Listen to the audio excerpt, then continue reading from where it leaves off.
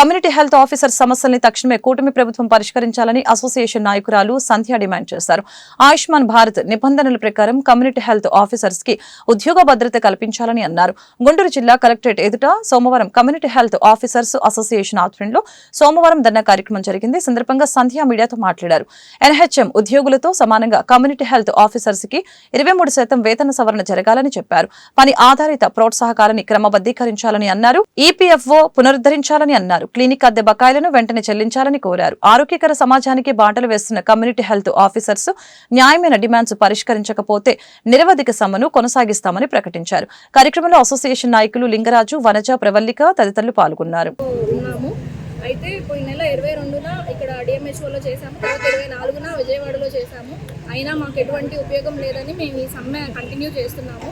మేమంతా గవర్నమెంట్కి ఏమి అగెయిన్స్ట్గా వెళ్ళట్లేదండి, శాంతియుతంగానే మా సమ్మెలో మేము ఉంటున్నాము. మా డిమాండ్స్ మెయిన్ 6 సంవత్సరాలు పూర్తి చేసుకున్న వాళ్ళకి రెగ్యులర్ చేయడం, తర్వాత ఎన్హెచ్ఎంలో అందరి క్యాడర్స్కి 23% హైక్ ఎలా ఇచ్చారో మాకు కూడా అలానే ఇవ్వండి అని కోరుకుంటున్నాము. తర్వాత పోయిన సంవత్సరం వరకు పిఎఫ్ ఉండేది 2024 ఏప్రిల్ వరకు. ఆ తర్వాత నుంచి పిఎఫ్ కట్ చేశారు. ఎందుకు కట్ చేశారు అనేది తెలియదు. ఆ పిఎఫ్ కూడా మాకు పునరుద్ధరించాలని కోరుకుంటున్నాము. తర్వాత మాకు హెచ్ఆర్ పాలసీని, ఇంక్రిమెంట్ పాలసీ అవన్నీ అమలు చేయాలని కోరుకుంటున్నాము.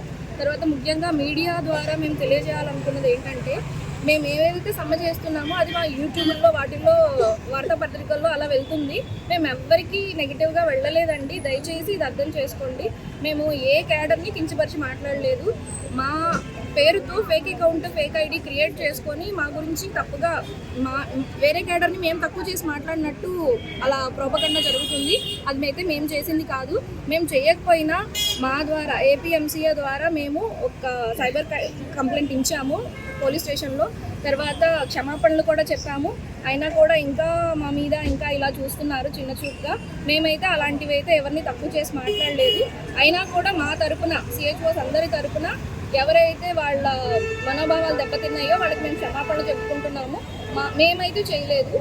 తర్వాత గవర్నమెంట్ మా గురించి కొంచెం చిన్న చూపుగా చూస్తుంది. మేము శాంతియుతంగానే ధర్నా చేస్తున్నాము. ఎవరిని ఎక్కడ ఇబ్బంది పెట్టట్లేదు, గవర్నమెంట్కి అగెయిన్స్ట్గా వెళ్ళట్లేదు.